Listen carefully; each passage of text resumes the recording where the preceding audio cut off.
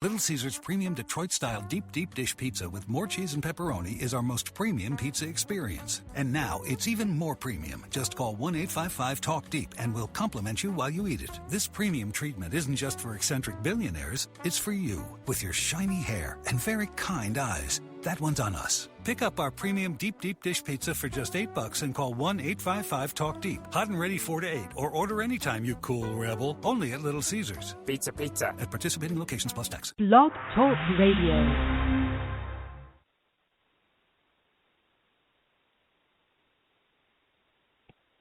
Come on, Scotty. Pull that baby up. I pushed it 10, 11, 12, 13. It's not playing. Well, Hum something, and we can start the show. I don't know where it went. Here's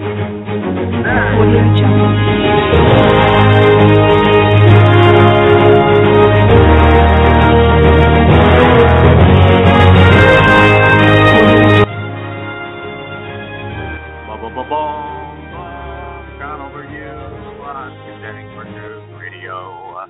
It's Rodney Lee Conover and my bestest buddy, Scotty the Preacher Osborne. How are you this morning, this Monday morning, this post-Super Bowl that I could care less about Monday morning, Preacher Scott? Well, you know what, I'm doing really good. I've driven halfway across the Metroplex and back this morning, so I'm wide awake, ready to go, listen to a little news on the radio, and ready to have a great time, waiting for the doctor to get here. Rodney? Well, I am on the East Coast, so that means I'm a little bit more awake, and I'm coming in clearer, people tell me.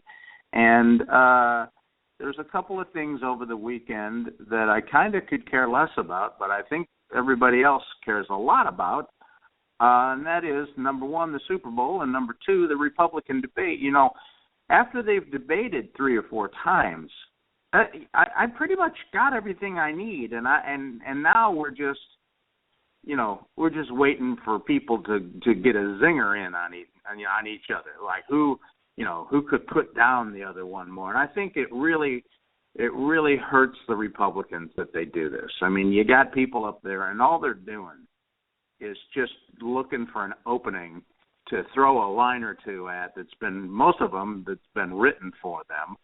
Now, I did see some exchange. I did see some stuff from our guy Ted Cruz that was pretty awesome. He talked about his older sister who died probably of a heroin overdose, and it was really, really. I mean, if he would talk like that all the time, he would win the presidency easily, because you could tell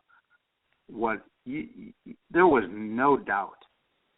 When he was talking about his sister, there was no doubt about his character. And early on in the debate, one of the ABC moderators, and I can't remember her name, but typical lib gotcha question, good try there, amateur debater, went after Cruz about North Korea.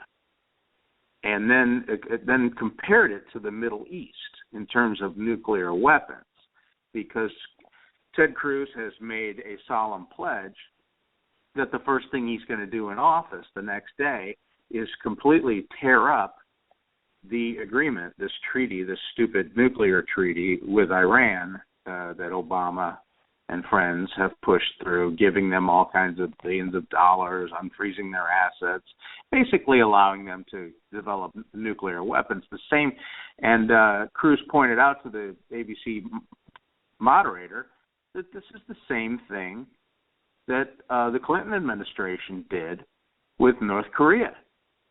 They appeased North Korea. They gave them all kinds of money in an exchange for a promise not to make nuclear weapons. Well, guess what? They made nuclear weapons. Duh.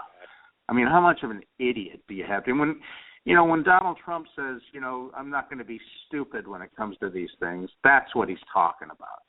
You know that this Madeleine Albright, this old witch, this old dried-up, witchy Madeleine Albright jerk-off, I mean, she comes out the other day, and she says about Hillary Clinton that women who don't vote for Hillary Clinton, there's a special place in hell for them.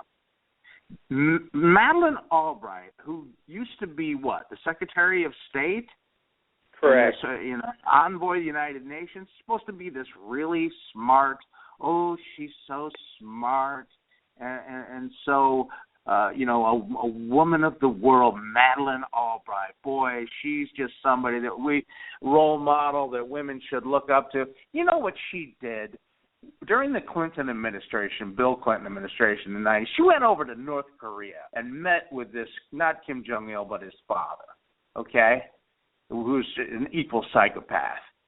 And knowing that this guy was a basketball fan, she brought him an autographed basketball, a Michael Jordan autographed basketball. Now, how stupid do you look when you do something like that? And he promised, if you just give us $80 billion trillion from the American taxpayer, we won't build nuclear bombs.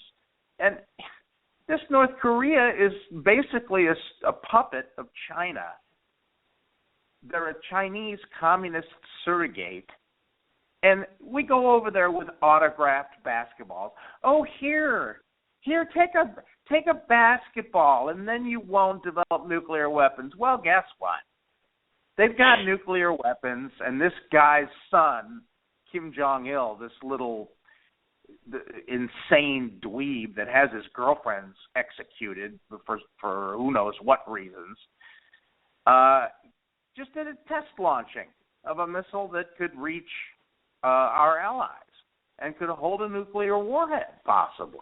And what's her name? I can't remember the ABC moderator's name, but she's, she tried to get in this dig to Ted Cruz, like, you're going to rip up the agreement with Iran. Well, what do you say about the North Korean launch? And he said, well, I don't know. It just happened. We don't have the intelligence. We don't have all the information to make a judgment. And she said, well, would you strike militarily preemptive as president? Would you strike preemptively to stop that from happening? And he said, I'm not privy to the intelligence. I don't have the proper intelligence to make the proper answer to that question. And she said, well, you said you would do this with Iran. And he said, well, I'm sorry, dear, but I do have the intelligence from that. From all of those questions, the intelligence is available. So I speak my opinion based on that intelligence. But you just don't go yapping when you don't have the information in front of you. And he really humiliated this ABC moderator, really exposed her as the chud that she is, the shill for Hillary and the Democrats. ABC should be ashamed. ABC is not a network. It is not a news organization. ABC is an arm of the Democrat Party, and that's all they are. And if people that bitch about Fox News, okay, go ahead, bitch about Fox News, but don't tell me that ABC, NBC, CNN and CBS aren't shills, aren't an extension of the Democrat Party, because they are. That's right. Ted Cruz drilled her into the ground. I got to watch that. Rodney, I got to push a button. Push that, baby. What's up, Doc? That can only mean one thing. Doctor of the Stars, Mark Bronstein is here. 25 years in private practice, family practice, all kinds of practice over there in Sherman Oaks. Why do they call it practicing medicine, Dr. Bronstein? Let's get that out of the way. You're always trying to get it right. It's a lifetime of trying to get it right. I knew. In fact, the entire country knew that Dr. Ben Carson, even though Ben Carson grew up in poverty in a single-parent home, he had nothing. Everybody, you just knew this guy was going to be a good surgeon, a brilliant surgeon, because growing up he ran around and he stabbed a few people. That's why they call it practicing medicine. Now, normally you don't practice on members of your own family, but still he grew up to be a great surgeon. He separated conjoined twins. So I guess the deal there is if you work hard and you put your nose to the grindstone and you have some critical thinking and you study, you can be a great doctor. I can only assume, Dr. Brownstein, that you did at least an equal or more amount of studying in your practice. Not compared to Ben Carson. Being a pediatric neurosurgeon requires, I'd say, 5 additional years above what I put in. So I say I did 4 years of med school, 4 years of college, 4 years of med school, then 3 years of internship residency. That's 11 years after high school of formal education. He would have probably done an additional 4 or 5 years at least to get to become a pediatric neurosurgeon. It's grueling. I don't know how anyone survives that. The training. Well, I don't know how anybody survived growing up with him and his family, but apparently they did. Now, he successfully surgically separated conjoined twins. And as I understand it, Donald Trump used to date twins. So we have a lot of diversity in the Republican Party, but enough of that. The thing about surgery, to become a neurosurgeon, you have to not only do a regular surgery residency first, which means to get into a surgery residency, you have to be outstanding in your in medical school to get into that program. Then to get into, it's a miracle if you even can survive surgery residency, which is 4 or 5 years. That regular surgeon, now you're a regular surgeon. You go out and remove gallbladders and whatever, and hernias, fixer. Then after that, you do your pediatric neurosurgery training. It's a little bit intermixed, but it's additional years, including research. They have to do formal research usually, publish papers. It's grueling and very little sleep. They rarely sleep.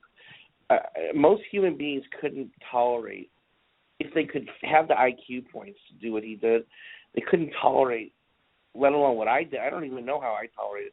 What he did, I can't even imagine. The number of years of sleep deprivation and the insane responsibility of being a surgeon while you're, someone's in the operating room when their body's opened up and you're the only one that can help them in that room. That's an intense responsibility that, unless you've seen it, I've assisted in thousands of surgeries, including brain surgeries, and it's just intense. I do minor surgical things in the office. To me, let me stop you right there. Yeah. Let me stop you right there. For people who don't hang on my every word for the last 10 years, Dr. Mark Bronstein used to be my personal doctor. Now, and for many, many years, I don't even know how many years, a lot of years. And then, of course, Obamacare came along, and if you like your doctor, you can keep him. Well, I like Mark Bronstein, and I was not able to keep him. So I can tell you from personal experience that President Obama is a big fat liar. Now, I also lost my insurance. If you like your insurance plan, you're going to be able to keep it. Not true. And you know how I found out? I got a letter from my insurance company that said, come November 1st, you will no longer like your plan. That's how I found out. And they're all a bunch of big fat liars on this Obamacare. But back to Dr. Mark Bronstein. You said that you do some surgery. I can tell you a personal story. One day, and this relates to Obamacare. It was a Sunday, or it was a Saturday. I don't know. It was on a weekend. It wasn't a normal day. And I don't know why I did this, Doc, but you'll remember this. I was helping a friend move a gigantic rock, and I'm not talking about a rock that you can pick up with your hands. I'm talking about one of these giant, jagged boulders that you see out in the desert, and he had to move this thing, and I went over there and helped him, and it was crowbars, and it was people, and it was all kinds of, and it was on the side of a hill, so it was very difficult.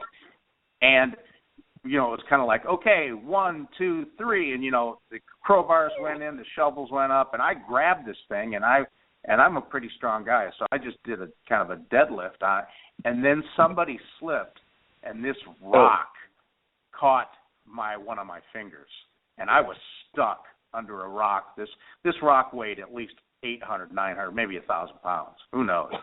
And I just sat there screaming until they could get crowbars under there, and I'd get my thing. So, of course, my finger on my right hand, not the ring finger on the left hand, but on the right hand, was literally flat. It was completely flattened out. And I had to go rush over, and I didn't know what to do. I didn't want to go to the emergency room, but I did go over and see Dr. Mark Bronstein. I mean, he's, that's the first thing I thought of. I got to go see Bronstein. He'll know what to do. And I went over there. Do you remember that? I came over there with my finger all buttoned up. Well, you wanted to chop it off, dude. Remember that? You wanted to cut it off at the knuckle. You said, let's get rid of that sucker.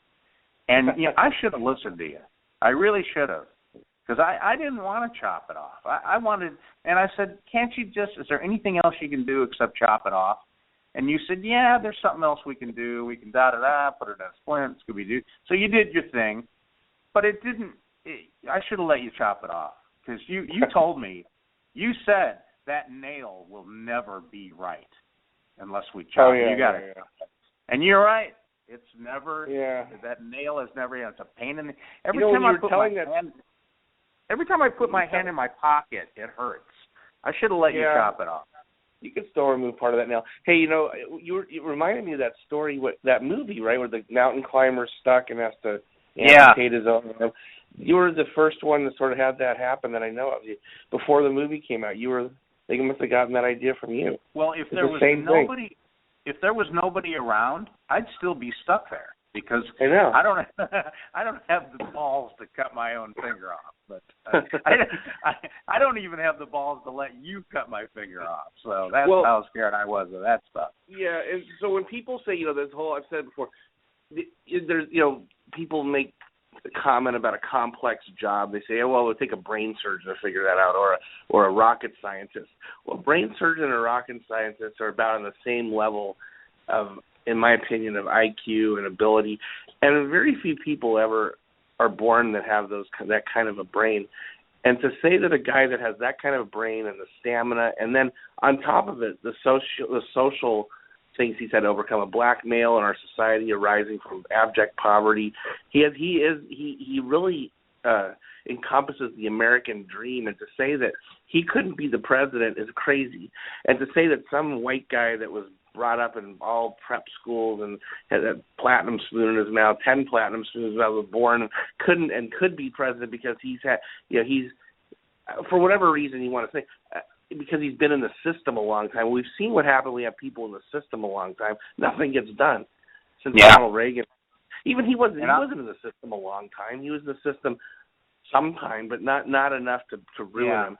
And I think it's a negative. His experience was the president. He was the president of the Screen Actors Guild, and then he was governor of California, a pretty successful governor.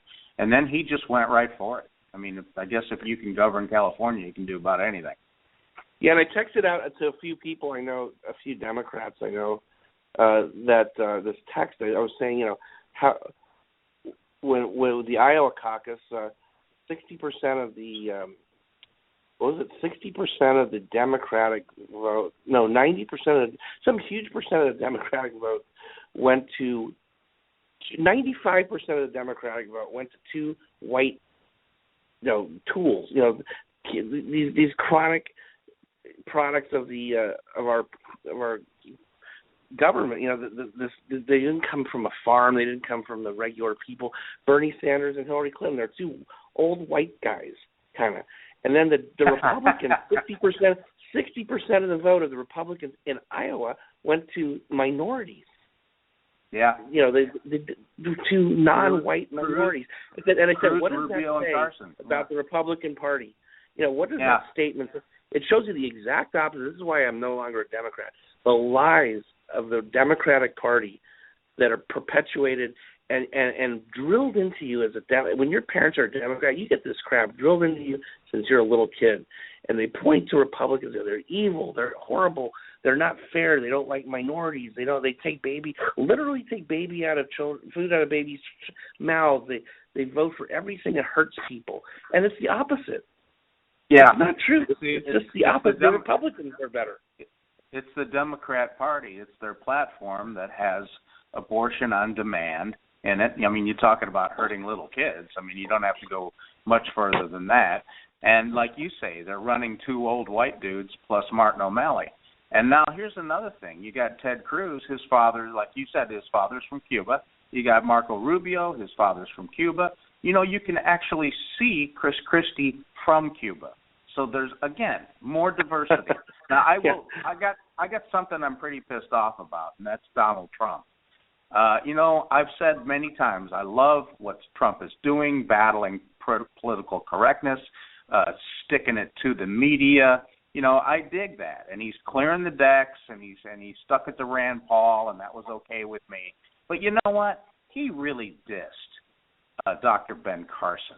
He called him names, and he went to Iowa and really, because Dr. Carson was getting some steam, you know, he was getting some momentum, and Trump went on radio and TV and just said the most horrible things about a great American. I mean, Dr. Ben Carson is a great American.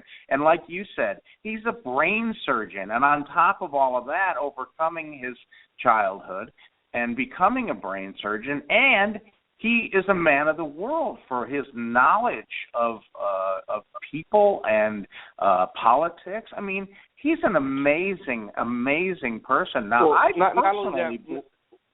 agree, but not only that, both his parents, I believe, were black, right? Obama grew up with a 50% white family.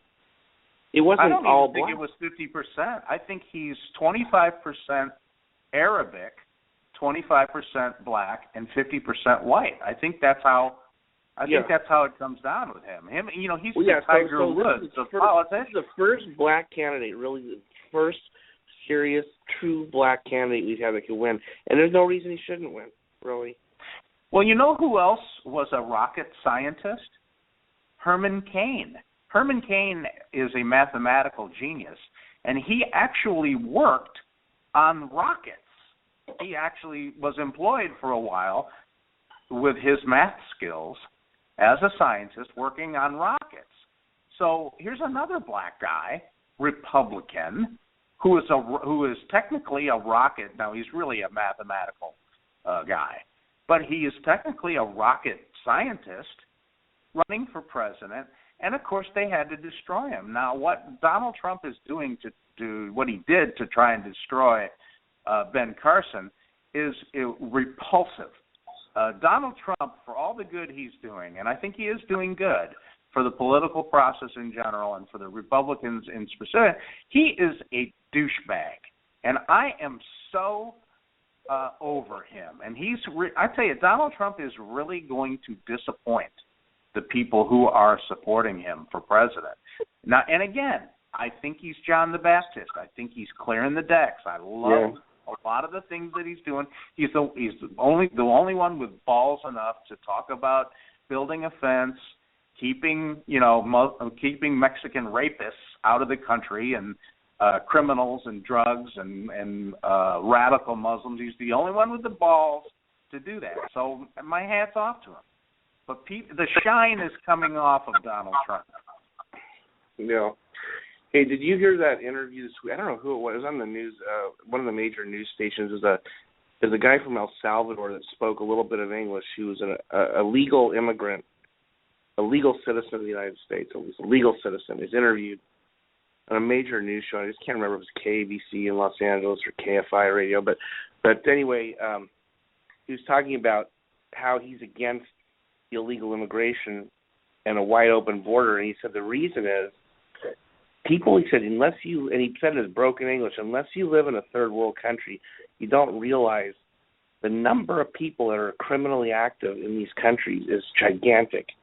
And when you say you're letting in people that are better and holier than everybody else, that have the American dream and they want to come here, he said, it's not true. He said, what you're letting in is a bunch of criminals. There's a huge criminal element. He said, that's why they want to leave those countries.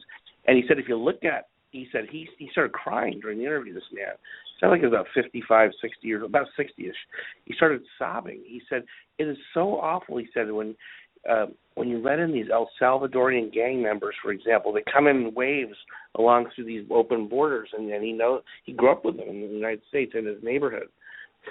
And the only difference was he was here legally and they were here illegally.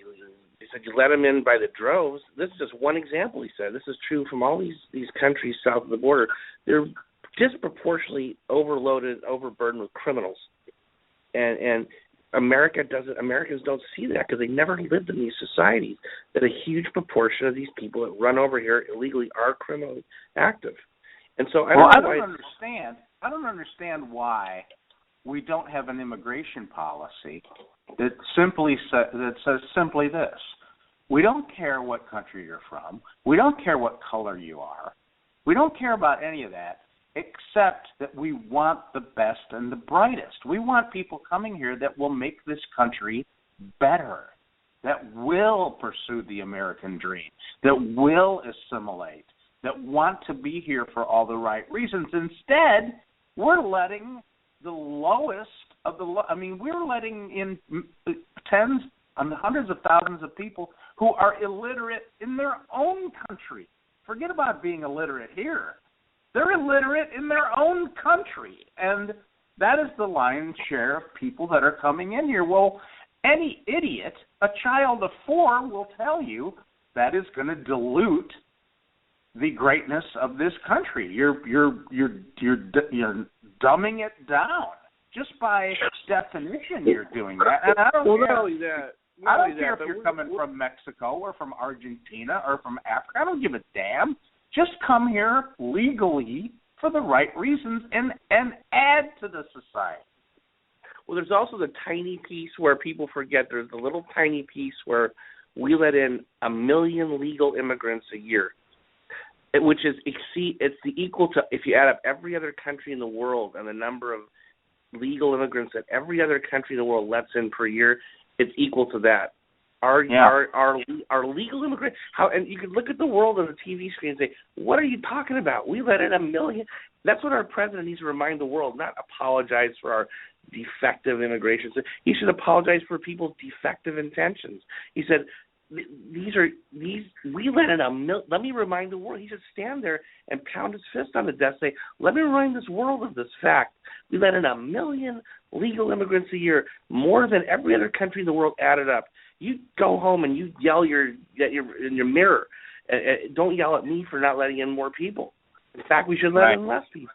What is this bullshit BS about not letting people in the United States? It's a myth. It's another democratic myth. Right. When people around the world, if you've traveled anywhere around the world,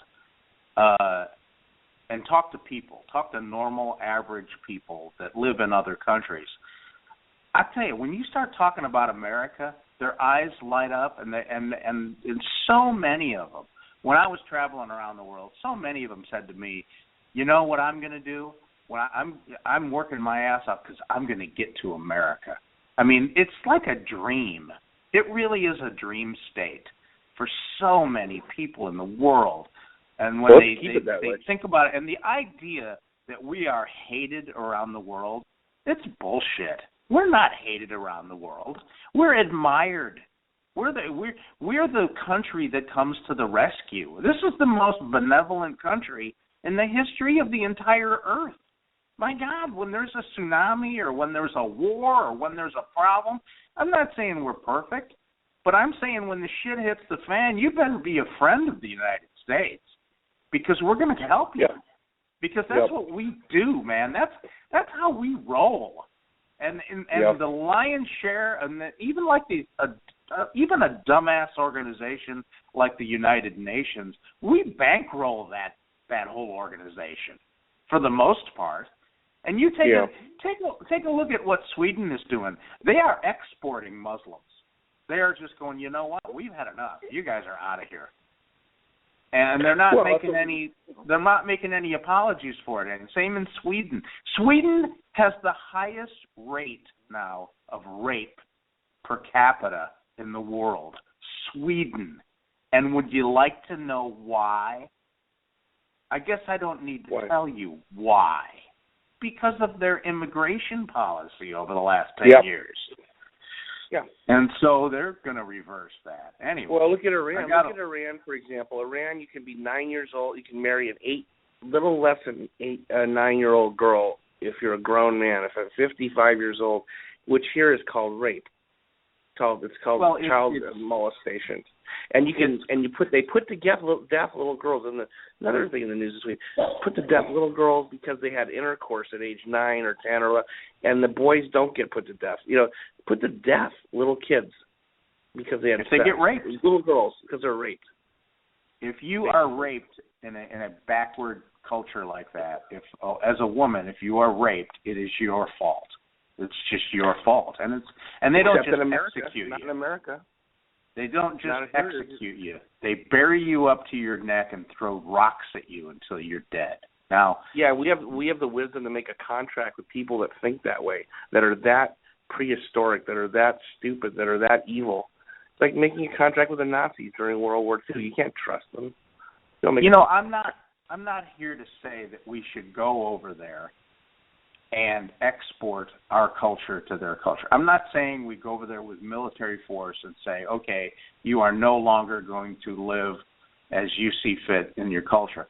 But on the other hand, let them eat that oil. I am tired of us sending so much money to legitimize and to empower that culture that would treat women like that. I mean, these Democrats who are in bed with the enemy because the enemy of my enemy is my friend, or however that phrase goes. They should be ashamed of themselves. And you talk about Madeleine Albright. She gets out there and says there's a special place in hell for women who don't support Hillary for president. Well, I got to tell you, Madam Secretary, Madam Old Witch Albright, there's a special place in hell for people who treat women like that, and for people who think that a partial birth abortion is okay, or that don't want to bring any sort of publicity to an abortion factory in New York that lets living, breathing babies walk around on the table and just allow them to die because they're performing abortions. Yeah, absolutely. I would give Madeleine Albright maybe a pass on that because she may actually have dementia. To say something like that is so crazy that you wonder with her age that actually sounds like someone with dementia to me. Well, you might be right. You are the doctor, and that may not be her. No, I mean, sir, I'm not even saying as a cut down or whatever.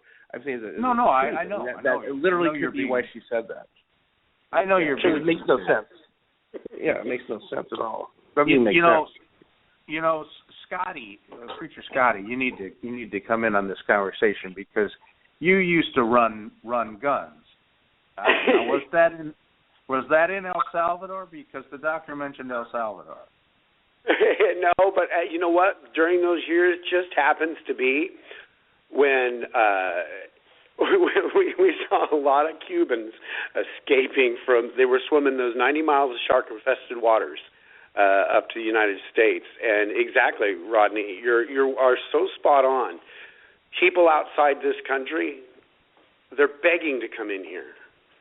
And you and I and the doctor and Donald Trump, Ted Cruz, want to bring in as many as we can. We just want to come through the door. That's right. And make this country better. And I'm not saying everybody has to be a brain surgeon. You can be a ditch digger. We need some pretty big ditches being dug. But that also means you better yourself. You educate yourself. You become literate. You go to school. I mean, there's so much free stuff here. Anybody who says they can't make it here now is lying. They just don't know what they're talking about. And it is crazy, and people do love America. People do love Americans. And Dr. Mark, what do you make of this self-loathing America that will stand up like President Obama and say how crappy we are? Well, on a small scale, people self-loathe many times when they have depression. Yeah, I think that on a large scale, and I'm not an expert in this field, but psychologically, it may be that as a reflection of a potentially, oncoming recession maybe, and joblessness and people working for many decades without getting a raise now, and all the two-family incomes required to support what once one person could do. I think there's a form of mass depression, and that leads to self-hatred and self-loathing on a large scale. And I think that's what we see in the press, and that's what it's a reflection of that. That's my opinion. Besides, an obvious answer, there's a lot of people, mostly younger people, supporting Bernie Sanders. Now, when you're young, I'm okay. I give people a pass when they're young because, what am I? I'm not a genius. And when I was young, I was pretty stupid. So I give young people a pass. But if you're over the age of 30 and you're supporting Bernie Sanders with all the available information on socialism and communism, how can we possibly? What can the possible motivation be for for supporting a Bernie Sanders? Push us more towards socialism? How does that work? I don't know. Like Mark Levin said, Bernie Sanders is a hippie. He said a lot of years ago you'd find him his type in a park wearing a funny-looking hat and begging, and you'd maybe hand him an apple, and he'd wander away, and that he'd be happy. And now he's running for president. I kind of look. We have a guy in one of our major parties that's running neck and neck for the presidency who is an avowed, admitted socialist. And when he was younger, he's trying to suppress this information, but it is coming out that he was a member of many communist organizations. So the guy is left of socialism. And how can you grow up in a capitalist society and know what you know? I mean, the guy's not illiterate or uneducated, but how can you have all that behind you and say, okay, we would be better off with communism? I mean, how does that work? I don't know the mechanics of that. I don't know. He's like a hippie. He's a hippie. He's a modern day hippie, and somehow he has to be the candidate for president. That's how. You think of a hippie living in San Francisco, wearing a tie-dye T-shirt and holding brochures up shoving them as you walk by, of whatever cause they're into at the moment. That's what he is. That's what he reminds you of. Just kind of in a lone little isolated world.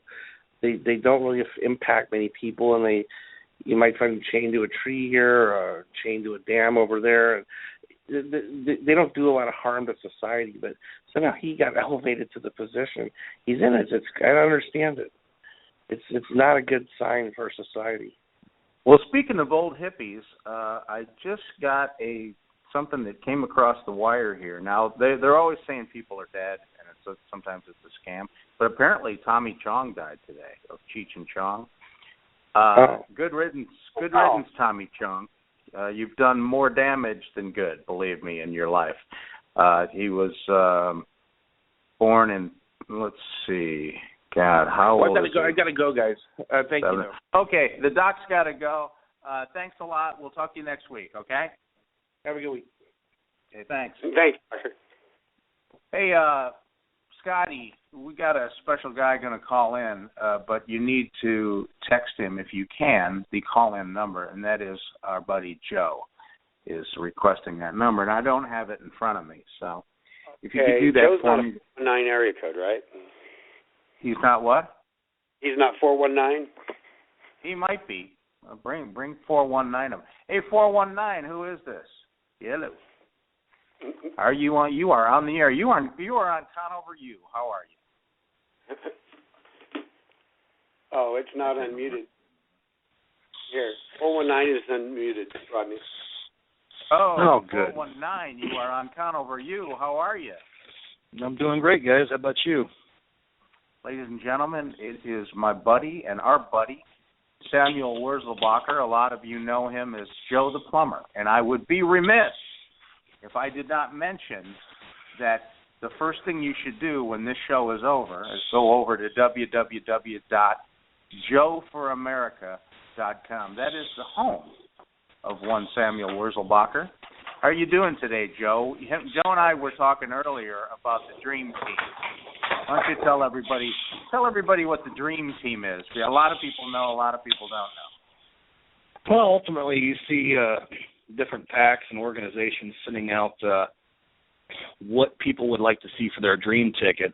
And, of course, they always put, the regulars, Sarah Palin, Ted Cruz, Alan West, just all of them are politicians. So, I mean, really, what's a real dream ticket look like? I mean, does it look like somebody like Charlie Daniels or Hank Jr.? I mean, let's get politicians out of there. I mean, this is a dream ticket. So, I mean, who's going to go to Washington, kick some ass, and take some names and make things happen for us? Politicians like to talk about doing things, but there's people out there that really love to do things and make things happen. That's one of the reasons I think Trump is doing so great. That guy's made things happen for 25, 30 years. Politicians talk about making things happen, and it takes 30 years. One of the things that the founding fathers did was originally this country was set up to be just that. In other words, there was not professional politicians. You would go to Washington, you would serve, and then you would go home back to your life, whatever you were, a farmer or a banker or a iron worker or whatever you were doing. It was set up to be people governed by people. Of course, it's just people are politicians, from age 14 all the way up until they're dead. And we were talking about some of the people that we might put in there. And one idea that I had was our guy, Sheriff Joe Arpaio from Arizona. I would have him, where did I have him? Not Secretary of State, but I would have him as Vice President, or I would have him in charge of something where he could really just kick everybody's ass when their asses needed to be kicked. And Charlie Daniels was a good one. And you mentioned Kid Rock. Well, where would we put Kid Rock? Oh man, that's he likes guns and he likes to shoot off his mouth. So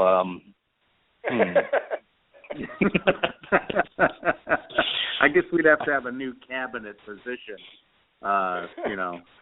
for Kid Rock.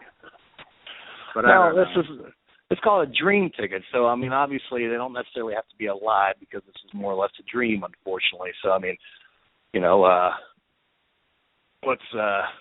just had his name, past president of the NRA.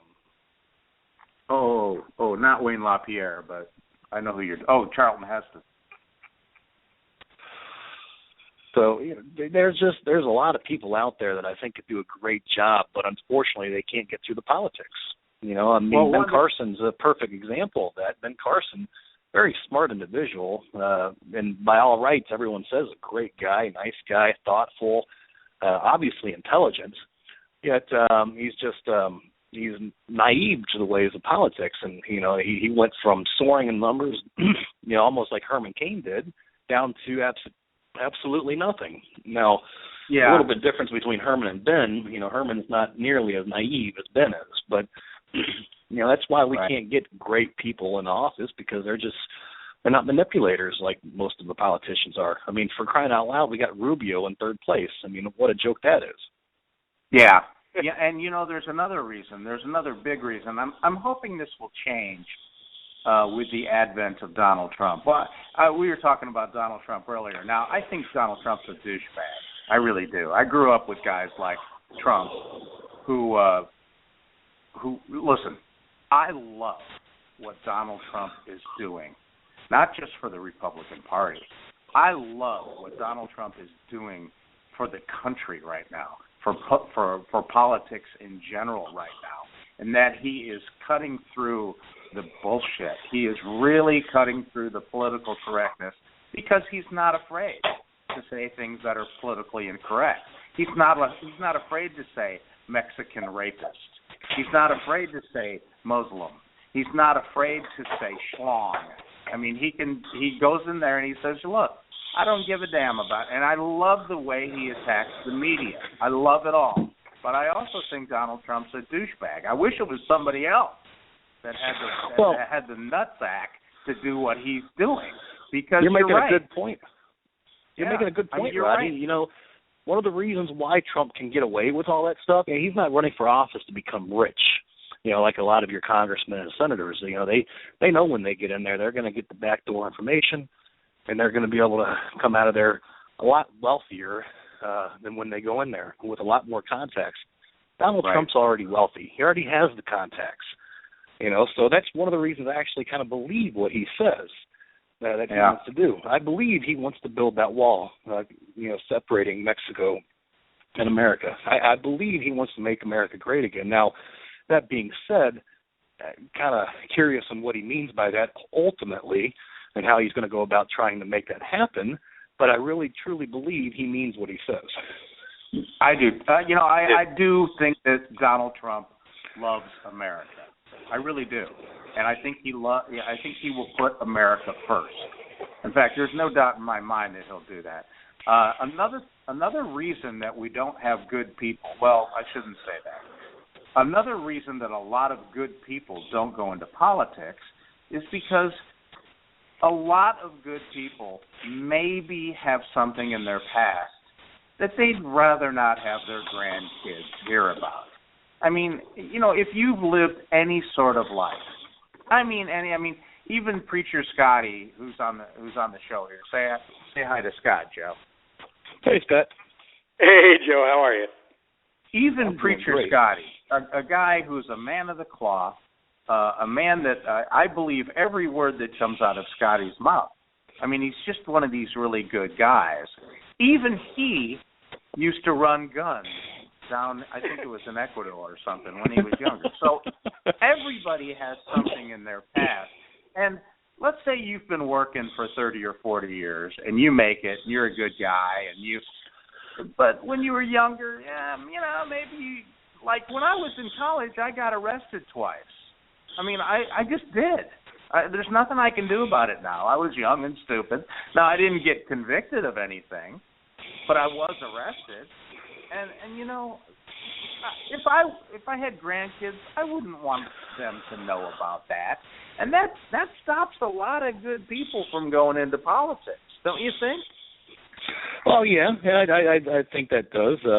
You know, when that whole thing happened with me and, you know, Joe the plumber blew up a couple years back, you know, I was thinking, oh, man, and I started seeing all this stuff come out about me. You know, 99% of it were lies to, you know, try to get my message diluted and, you know, get people thinking, oh, he's just a bad guy and everything. But I started thinking, oh, man, what else are they going to dig up? And I'm sitting there thinking, oh, God, I used to get in a lot of bar fights. I wonder if they're going to bring that up. And then I thought, well, no one's going to jump up in the media and say, yeah, Joe the plumber kicked my ass. So I thought, well, okay, I don't have to worry about that coming out. But yeah, I mean, you do make a valid point. A lot of people are worried about getting their past brought up or just outright lies told about them. Because there's a lot of fight, you know, with the media, and that's something that Trump has been able to, you know, he's changed the whole narrative. You know, he's like, come after me, I dare you, because I'm going to come right back after you. And the media's not used to it. You know, he does have that going for him, and I will say this, with the exception of when he went after Ben Carson. Trump went after Ben Carson personally in Iowa, and I really resent him. He called him pathological, and he called him a psychopath, and you know, because of some of the things that Ben Carson went through when he was younger, you know. And I'll say this again for you, Joe, that you know, you knew that Ben Carson was going to grow up and be a great surgeon because when he was young, he started stabbing people. Now, that's why they call it practicing medicine. Normally, you don't practice on members of your own family. But in this case, he did grow up to, and, you know, Donald Trump took that information, and he really ripped into Carson personally. And usually Trump waits until somebody goes after him, and then he attacks. Then he goes crazy. Like in that first debate, Rand Paul came out of the gates. In the very first Republican nomination debate, Rand Paul came out of the gates and was all over Trump, and Trump destroyed him. Trump just basically put him out of the race. And Rand Paul is no longer running for president, and you're right. People know that. It's like, hey, and it's almost intimidating because you can't even bring up Trump's past in terms of his past positions, and he does, you must admit, he does have some positions that run quite contrary to certainly my beliefs, and I think all of our beliefs. And I'm not saying a person can't change their mind. Reagan changed his mind. He used to be a Democrat. Reagan, made the mistake of the 1987 amnesty. Reagan elevated pro-choice in California. So, nobody's perfect. But I do agree with you that Trump does love America and will put America first.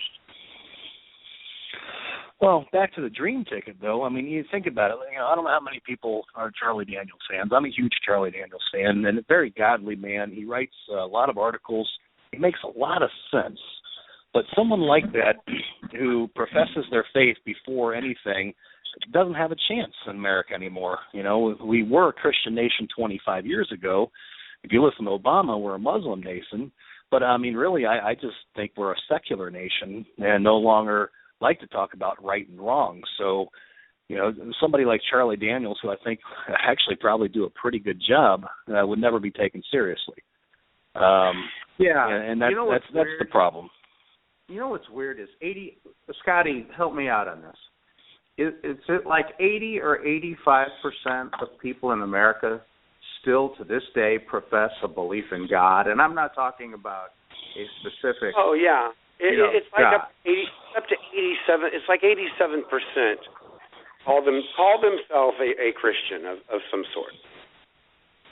And yet, we've allowed these far left ideologues to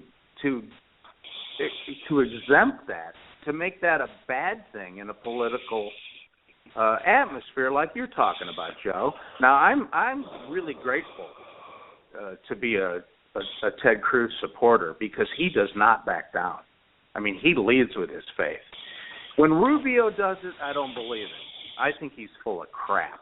And, of course, when Barack Obama says he's a Christian, I said, I can stick a branch in my eye. It doesn't make me a tree. He's about as Christian as Muhammad Ali, okay? It's just not the case. But with Ted Cruz, he doesn't back down. I mean, he leads with his faith, and so does Ben Carson, and I appreciate that. Maybe we'll make a comeback. Who knows? But then, it would be nice, and with God, all things are possible. So that's never an issue there. But that just shows the power of the media. As soon as you say I'm a Christian and I believe A, B, and C, so you're judging. So you don't want those people to have this. So you don't want these people to have freedom too. You think it's wrong, and we're going to live by the Old Testament. And it seems like the media always goes there. They never talk about the grace of Jesus Christ. And so, automatically, we're defending ourselves. And right. once you're put in that position, it's hard to climb back over. And so I'm sorry. Go ahead. Well, and I was just going to follow up with it. That's why it's important to go on the attack.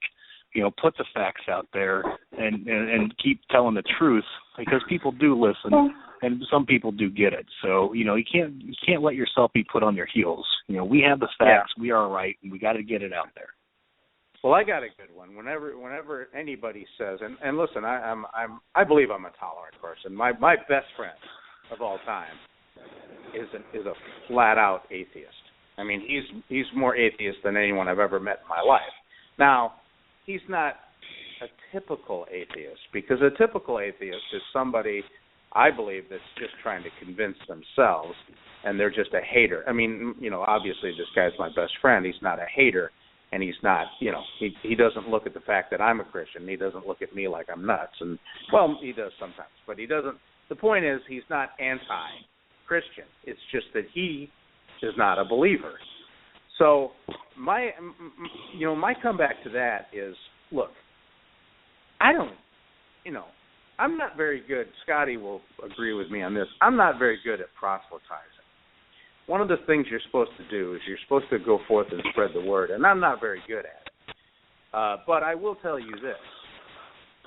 When someone approaches me and they say that they're a non-believer and they, make fun of Christianity or make fun of me because I believe in Christ, I just look at them and I say, I don't care. In fact, I'm kind of happy that you're a non-believer, because you know what that means? That means more Jesus for me. And that's how I look at it. I get a bigger piece of the Jesus pie because you're a non-believer, and I tell you, it stops them in their tracks. And you know what else, Joe?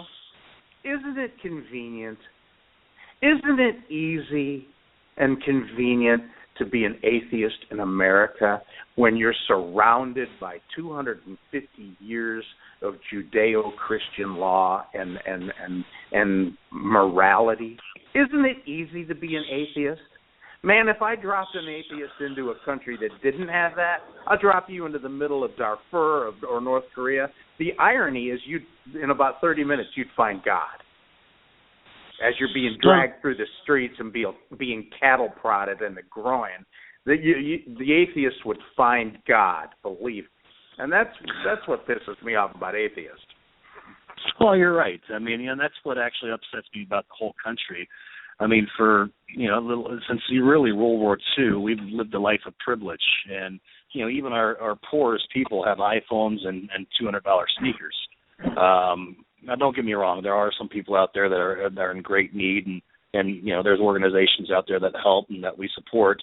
But ultimately, we have a very rich country. We don't have to worry about, for example, Hamas firing rockets to our school systems like Israel has to do. Israel's school children, they actually their playgrounds are actually bomb shelters. I mean, we worry about our children skinning their knees on concrete here, and so they put down rubber matting and little wood chips so our little ones don't get hurt, which I'm happy about. But the children in Israel literally play in these bomb bunkers as their playgrounds. I mean, we have a life of privilege here in America, and we've forgotten the sacrifices and everything that went into making this country. I mean, that's what amazes me. And and obviously we can go on to our education system, and they never talk about these sacrifices and the people that were killed, and it's history to them. It's a bunch of dead dudes that really doesn't mean anything to these people. It doesn't touch their lives. And so now we have this society that doesn't understand loyalty to America, doesn't understand love of country, doesn't understand sacrifice. God, so many people sacrifice for us to have this country, and yet most people go around and never think about it, never act upon it, never thank them, and they take everything for granted. And that's one of the worst things you can do in the world, is take things for granted. Yeah. It's crazy to me. And you know what else pisses me off about atheists is, my faith in Christianity and my belief in Jesus that's my belief. It's my faith. One thing I don't do, and I don't care if other people do this, but one thing I don't do is I don't run around telling people I know this for a fact, because I don't. I just take it on faith. It's my belief. I'm not going to sit around and say I know for sure, because I don't. I don't personally. If other people take that position, that's fine. That's fine. That's their belief. But this is my belief, okay? It's my faith. But, boy, you tell the average atheist that, and the atheist will say, oh, well, I know there's no God. I know there's no Jesus. I know you're wrong. I know you're wrong about your imaginary friend in the sky. They love saying that. So think about the hubris. I mean, you think about the arrogance of the average atheist, who will look at you and say, well, I know that there's no such thing as God. I mean, how stupid do you have to be to make a statement like that? Of course you don't know. You have your own belief system. I'm sorry, I interrupted you. Oh, no, you're fine. I was just thinking, science has actually done more in the way of proving God's existence than disproving God's existence. So, when atheists take that statement and sit there and talk about that, it kind of cracks me up, because I sit here and think about these different scientists.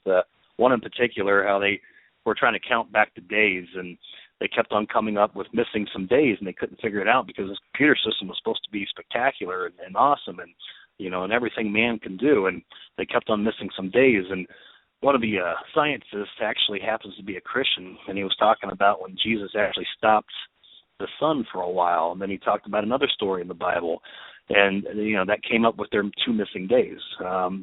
There's a lot of fascinating things that happen in science that actually more or less, to my belief, prove the existence of God, as opposed to anything that man has thought up of, like a Big Bang or evolving from monkeys and silly stuff like that I find more science fictionist and fantasy than I do find God. I don't necessarily disagree with some of the theories that run contrary to what's in the Bible. I just don't. I'm not one of these guys that takes every word in the Bible exactly literally. I'm not opposing people that do. I'm just saying this is me. But when some atheist, says something about the Big Bang Theory, the obvious question is, well, what was there before the Big Bang? Now, I can tell you, Joe, what happened right after the Big Bang, and that was the big cigarette in bed. Did you know that? That was right after the Big Bang. Well, what was before? That's a terrible joke to say in front of preacher Scotty. Scotty, have I quoted scripture here this morning at all? I Rodney, you quoted absolutely a lot of scripture. And I'll get to that in a second. The big cigarette in bed, is that scripture? Is that in the... that one's not true. But I want to throw this out. 30:14. Piggyback what Spike Ferris did a documentary called Our Created Solar System. And he was involved in the space program over the last 35 years. And he's been there while they threw these items out, satellites, probes, everything they've thrown out from NASA over the last 35, 40 years. And what they've discovered, and I believe it's one of the reasons why the first thing Barack Obama did was try and shut down some of the space program, they discovered that our evolutionary process of the solar system, as defined by the atheist and the evolutionist, doesn't fit what they found.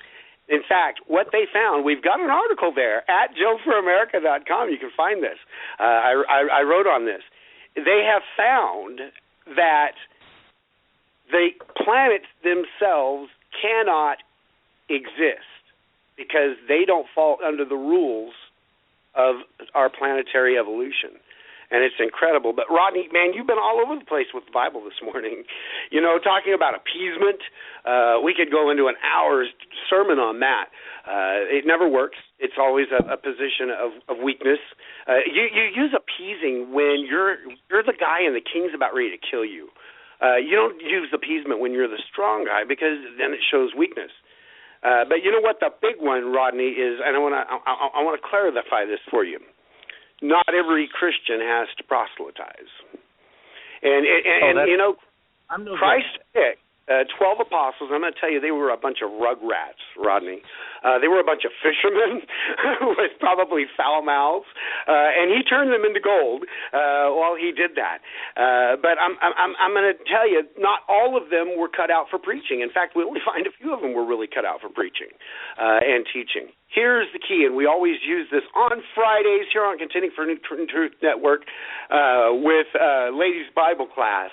I tell people to take that Bible, Rodney, and get it off the coffee table, and you put it in your heart. Because what a lot of people do is they put that on the coffee table so people, when they come into your house, they see your Christianity, but you're supposed to put it in your heart so that when you go out into the world, people see that you've got something. Peter said, you got to be prepared to give an answer when people question you about your hope. It's not about you going out and finding people. It's when somebody comes up and says, Rodney, there's something different about you, and you're able to say, well, yeah, I got Christ in my life. And that comes from reading and absorbing the Word.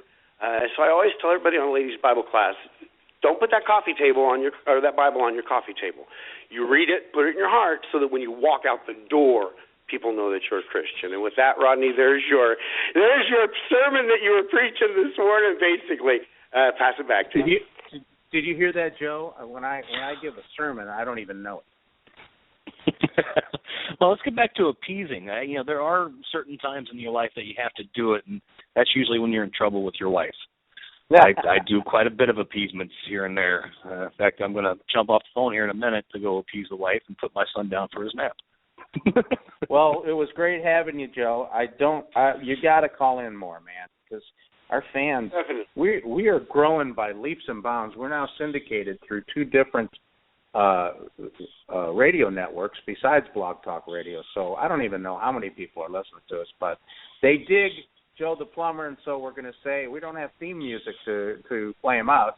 But thanks for coming on the show, and hopefully I'm sure I'll talk to you later today, but hopefully we can talk to you again next Monday if your wife lets you. Maybe I'll call ahead and say and ask her if that's okay. But thanks for calling. Sounds good. We love having you. See you later. Hey, bye. Is there another button, Scotty? And are we ready for our next button? We don't have one yet, and I have not been texted yet. So I think it's just you and I for the next few minutes. Okay, I am going to send an email to our favorite girl just to make sure that she knows it's time for her to call in. But in the meantime, she emailed, and I told her to text me in case the board gives problems. Well, Rodney, I want to go back to the appeasement thing because, man, you were on a basic concept of the pattern of man that you pull from the Bible.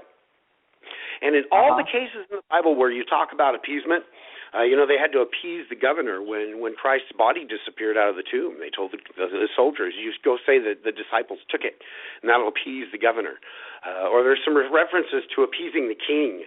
And, of course, Jacob, when he was coming back to meet with his arch enemy, his brother Esau, after many years, he brought appeasement because he was afraid of what he was going to run into. It always stems from weakness.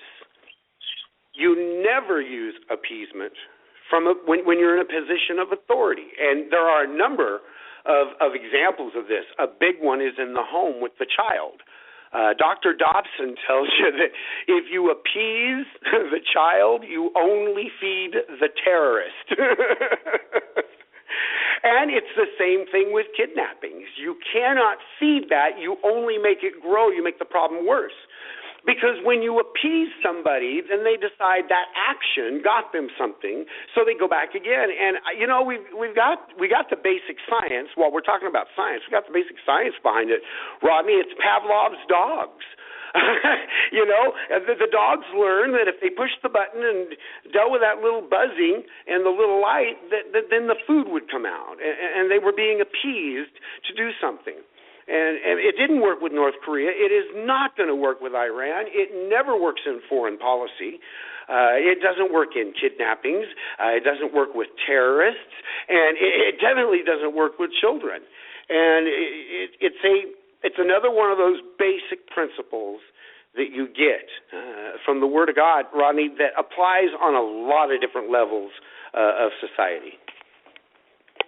Well, I'll tell you, I'm thrilled.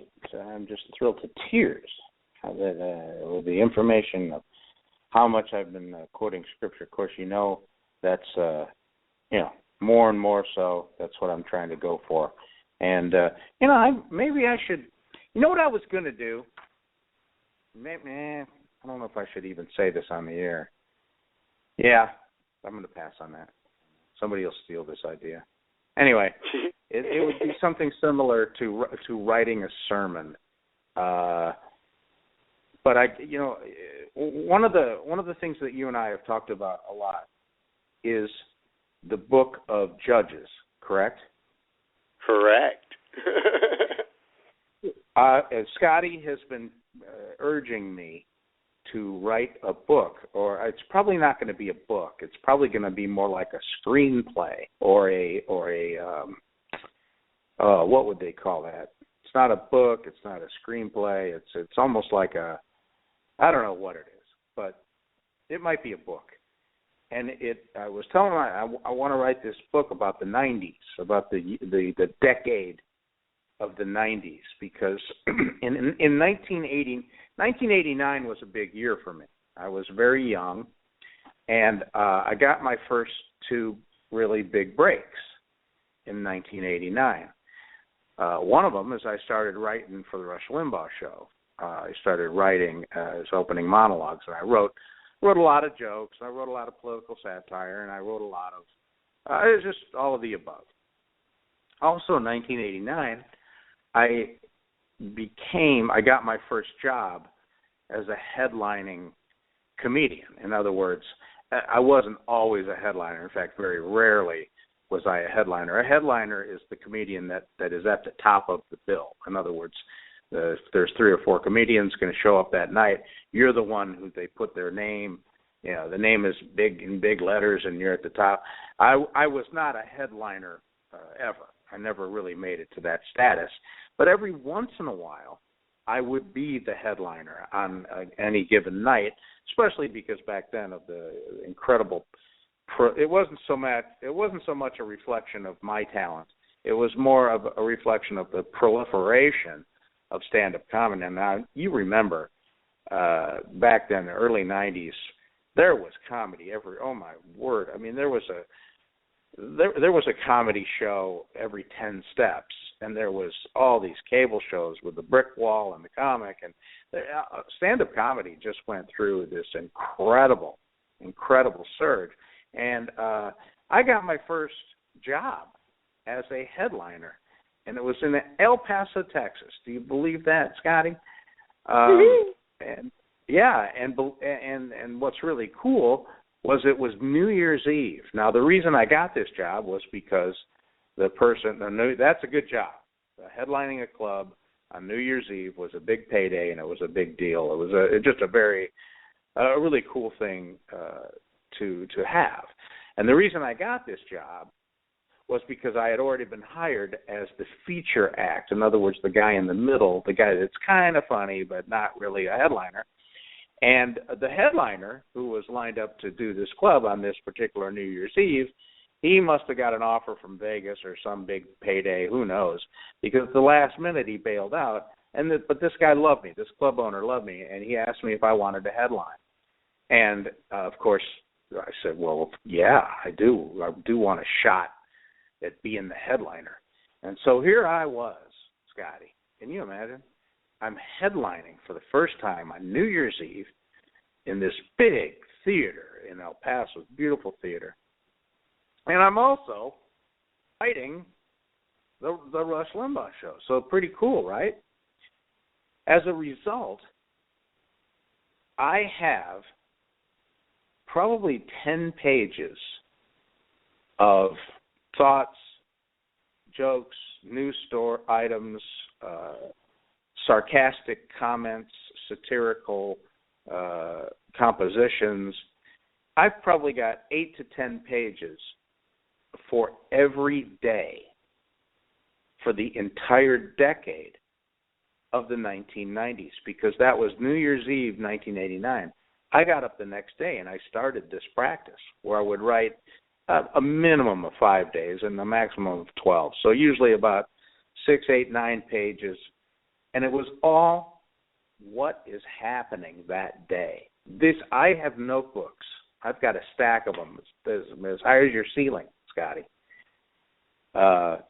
from every single day in the entire decade of the 1990s. And, buddy, there's nothing that happened in that decade that I couldn't talk about forever. I mean, and I've got it, and it's with me. And then Scotty, the preacher, told me, well, and I said I wanted to write a book about it. I wanted to take all of these thousands of pages and distill them down into a book. And Scotty made the recommendations. Well, what you got there is the book of Judges from the Old Testament. And why don't you tell the rest of that story, Scotty? Well, and it is, Rodney. And what the Democrats always miss is you can always look back at the pattern of history and see when you've gone down the wrong road.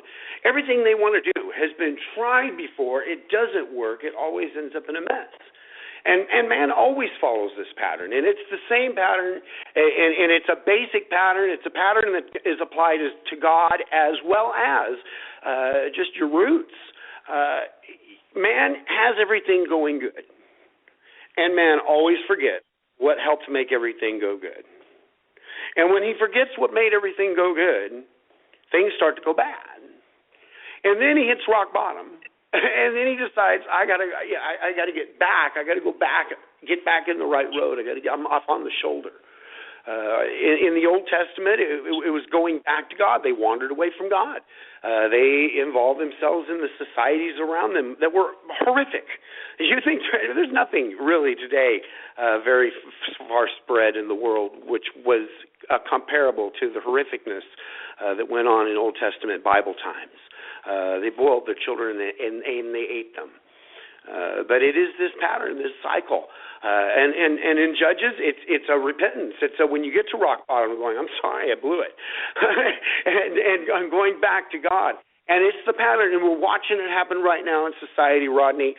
You've watched it for a couple of years longer than I have. But you, and I can't let the cat out of the bag, but I'm going to say this. You are probably one of the most educated on current events through those time frames because you lived them on a daily basis. It's like I would say Johnny Carson and Jay Leno would be the exact same way. They live their life. Their lifestyle is based on current events. And you've got it all documented. Every single day, what happened, and I can't wait, Rodney. I think I've decided you and I this needs to be the year we write our books, because I spent the last 4 weeks starting mine on the Old Testament, and they really both say the same thing. Your book is basically going to say this pattern for the United States of America, where we've been the last few decades, where are we going? Mine directed more at the Christian and the church. Where has it been the last decade, and where is it going? So I'm glad you brought that up.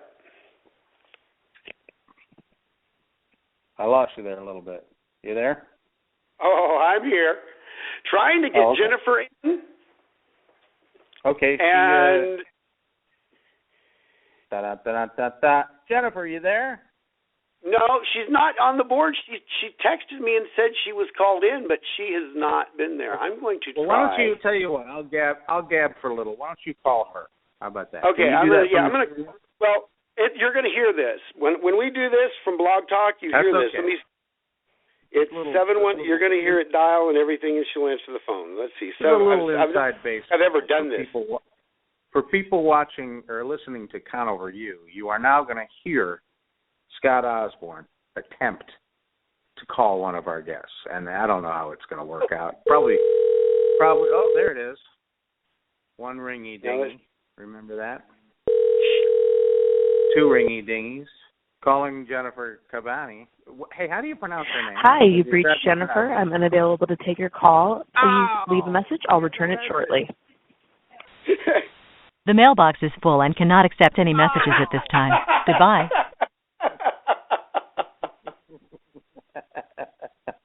This is just too much for me. She can't call in. We can't call her. We can't even leave a message. It's too bad, because it really is time. Maybe she's not going to call in for another 12 minutes. I don't know. Oh, is she emailing you saying she's calling in? Yeah, I'm texting. Well, she texted me once, but now she's not responding. She texted me at 11:03 and said she was in the queue, but she wasn't. And I've texted her a few times since trying to work this out, but she hasn't responded. So I don't know. She might have got. Well, I'll work. Obama might have come by and taken her. He found out she was going to be on Conover U again. They just decided to just take her on down to Guantanamo or something. That can very, very well be what happened, because she is exposing what is going on the American college campus. And I got to tell you, most of the time it's not very good. It wasn't. When I was going to school at the University of Texas, I went to Arizona State for 3 years, and after 3 years, I decided that I better go to a real college and actually learn something. So I transferred to the University of Texas at Austin, which is just south of you there. And one of the classes I was taking, I'll never forget this, it was a management class. It's a business class. I was taking an advanced, what they would call a senior year management class. And it was a rather large class. There was over 100 people in this class. So it wasn't this little intimate setting. It was fairly large, and there's all hardcore business students, and they were all very business-like, and you could just look at them and tell, half of them were going to land in prison for insider trading. But there they were, and there was Rodney Lee Conover. Now, what am I doing in a management class? Well, I'm a terrible manager, and I wanted to learn how to be a manager. But, the only thing I heard from this professor, and keep in mind, this is the University of Texas. Now, yes, Austin is a very liberal place in Texas, mainly because that's the seat of government. Austin, Texas is where Lyndon Baines Johnson, had all of his, that's where he emanated from. That's where all of his power emanated from, and not much has changed. Anytime you got a city that has a lot to do with government, you naturally are going to have a lot of liberals because people in government generally want bigger government. I mean, it's kind of the nature of the beast. Once you get a position in government and you find out how great it is and how much power that you have and how you can dish out everything from jobs to contracts to money to changing laws, changing tax laws, picking winners and losers, as they say. Once you get that, then you suddenly need to hire more people. You want to get a bigger government because you want people underneath you that will be loyal to you because you want to keep that position of power. It's very corrupting. Absolute power corrupts absolutely, as they used to say in the old country. And that's why Austin is full of liberals, although Austin is also a very, very fantastic town. I was going to college at the University of Texas, and I was taking this management class, this upper-level senior management class, and so it was really hard. But all the professor talked about, now, keep in mind, this is a management class. All the professor talked about was unions and how management sucks, and unions are the way to go. And he couldn't stop talking about the fact that the battle between management and union workers, the union workers were always right. The workers are the one that are making that business successful. The workers should be getting the lion's share of the money, not the people in management, and how unfair it was that CEOs get paid so much compared to a guy working on the line. Well, let me tell you something. We operate in a free market society here. That's kind of our thing, It's kind of how the whole country was based on. And that is what the market will bear. Now, we have drifted away from that in a crazy way, and government is at fault. I'll give you a good example. During the Roosevelt administration, and I speak of Franklin Delano, not Teddy, but FDR decided that he was going to stick it to big business. He was going to stick it to CEOs. He was going to stick it to management people. He was going to stick it to successful people by putting in wage controls. That's how he was going to solve our problem, telling you how much you can make. Now, looking back on that, Scotty, can we at least all agree how stupid that is? I mean, just stupid. I'm going to tell you, by law, I'm going to force it so no matter how talented you are, how much you prep yourself, no matter how hard you work, I am going to tell you what is the maximum amount you can make. That is so stupid. It is just dumb. By the way, I just got a message from Jennifer. She's calling in at the top of the hour, so we're very excited. So FDR puts in these wage controls. Now, let me ask you, Scotty, how does a business attract the best and the brightest in terms of labor? How do they do that? That wasn't hypothetical. How does a business attract? How do they attract the best talent? Any business. Well, you got to give something in return. With any deal, the more balanced you are on the other side, the better you're going to get. And so they got to offer good benefits, offer great money. The way you attract a talented employee or talented manager or talented person to add to your company is money, the salary, the wages. That's right. I mean, primarily, that's what it is. I'm going to go work over here because they're going to pay me more. Why do people switch jobs? Because they get a better job offer. Why does a baseball player go from one team he's been playing for 10 years and go work for the competition? Because they're going to pay him more. Now, there are other factors. I get it. There are other factors, lifestyle, the city, blah, blah, blah, blah, blah. But let's be honest. Most of it, you are measured, your worth is measured in money. And so FDR puts in these wage controls. Well, business still wants to attract the best and the brightest, right? So what did they do? They started offering benefits. Being an employee, you didn't used to have benefits. You made your money, and then you went out and you got your own stuff. You didn't have a company car. You went out and bought your own car. You didn't have health insurance through your business. You went out and you negotiated for your own insurance. In other words, it was up to you. The individual had the responsibility to do this, but because government put in these wage controls, business had to figure out how to drive the talented people toward them. The way they did that was benefits, and one of them was health insurance. That's when the whole health insurance debacle started to go downhill, was when government got involved with business and how they can compensate their employees. In this case, it was wage controls. And that opened up to, well, I guess we got to start offering people benefits. And so businesses got in the insurance business. And you shouldn't be getting your health insurance from your employer. You should be getting the most money you can for your talent, and then go out and get your own insurance, okay? This led to this practice of getting your insurance through business led to HMOs, which are crap. It led to PPOs, which are crap, and eventually it led to Obamacare.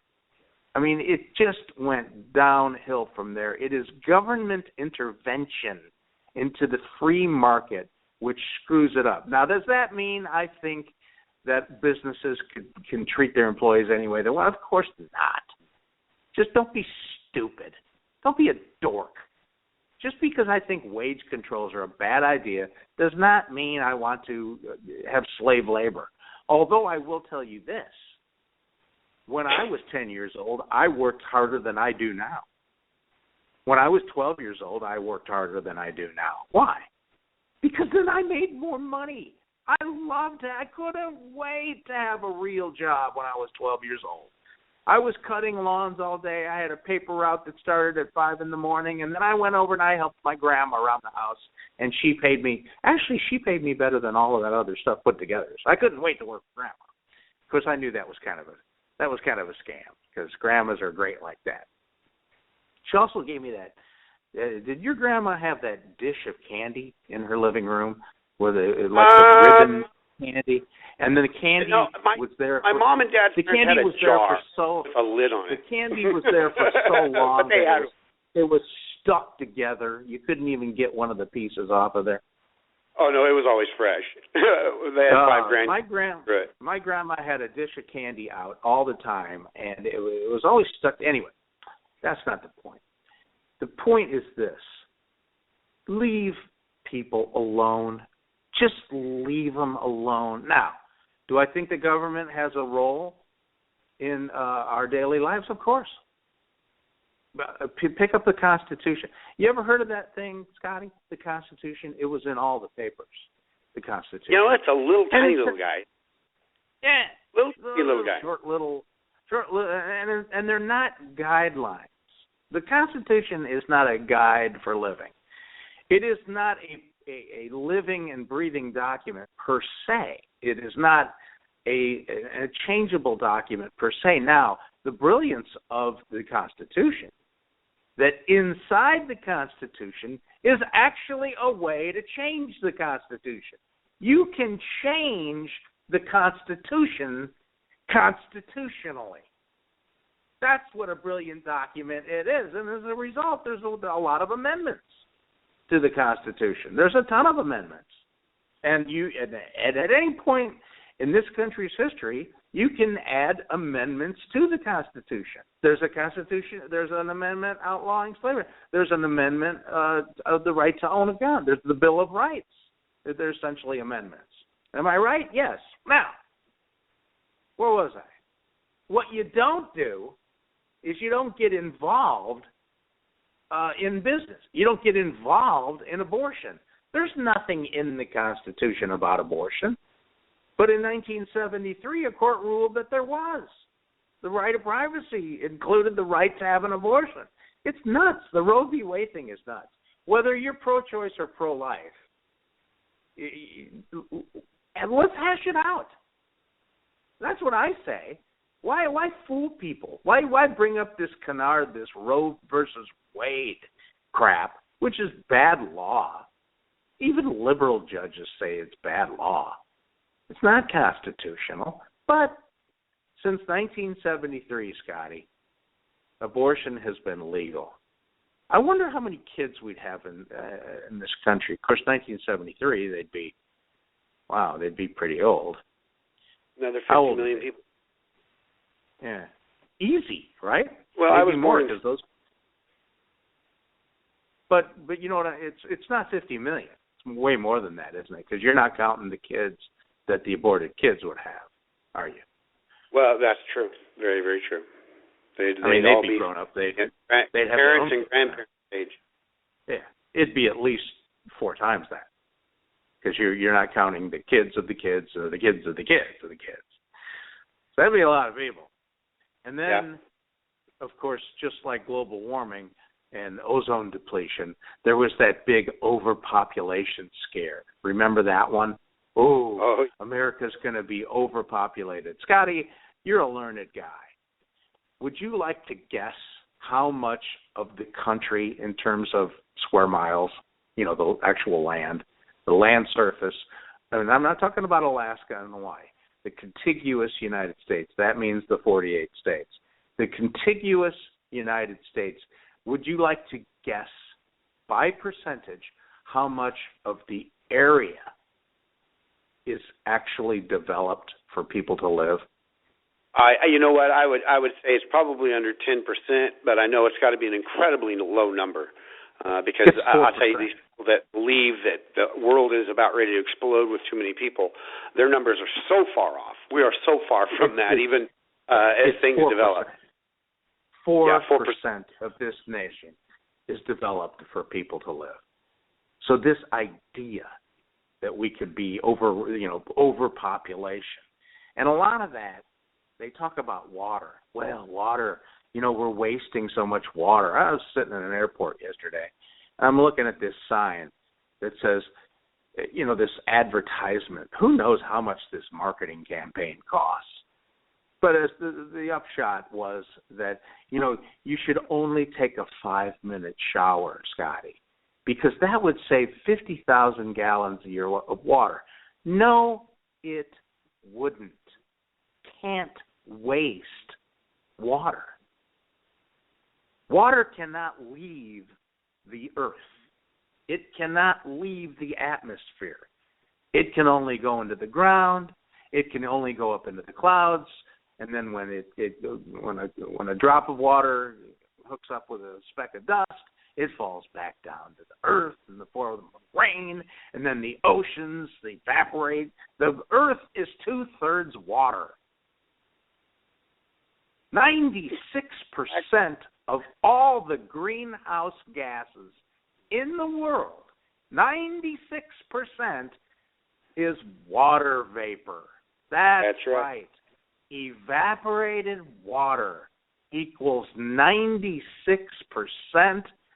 of all the global warming greenhouse gases in the world. So when people talk to you about, well, we got to cut down on, the debate is over on global warming. The debate is over. You know why the debate is over, Al Gore? Because you're a lying, scheming con man who has made $200 or $300 million off global warming, and that includes selling your TV network to Al Jazeera. Okay? And then you have the balls to buy a seaside mansion. Now, if Al Gore really believed in global warming, if he believed that the debate was over, if he really believed in global warming, wouldn't he have bought a house in the mountains? Yeah, I know. Because was it 15 years ago that he predicted the debate was over? The oceans, the tides were going to rise, and the east and west coast, that was all going to be underwater. Well, let me tell you something that you can relate to, folks. First of all, the polar ice caps are not melting. They are getting bigger. That's right. The ice shelf is getting bigger, not smaller.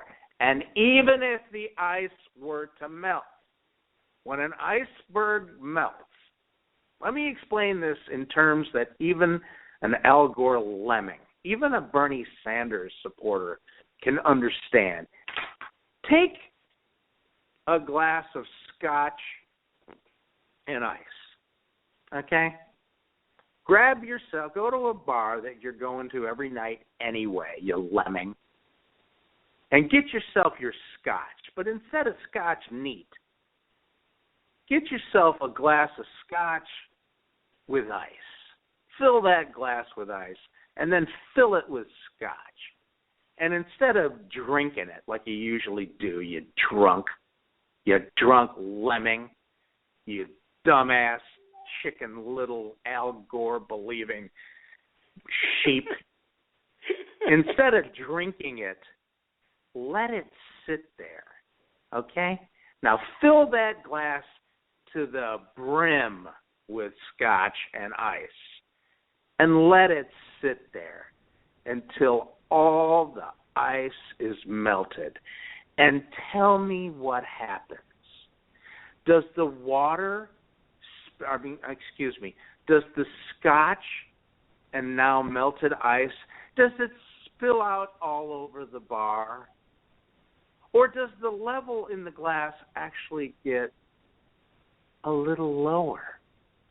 Mm-hmm. The answer, my friends, is your scotch is now a scotch and water, but the level is no longer at the brim of the glass. It's actually lower, and none of it has spilled onto the bar. Why? Because frozen water, when it melts, displaces its own volume. Okay? Now, I know that's a lot of syllables for a lemming, Bernie Sanders, Al Gore, chicken little, global warming idiot, ignoramus to believe or to even understand. But when ice melts, it displaces its own volume. The tides are not rising. The polar bears are not dying. The earth is not getting warmer. In fact, this earth is going through a global cosmic cooling period that's been going on for thousands of years. How do we know that? Well, in the north of England, you can chip down through the frozen tundra and find the remains of people. How is that possible? That's right. Because the earth used to be considerably warmer than it is now. Considerably warmer. It's time to push the button. Push that baby.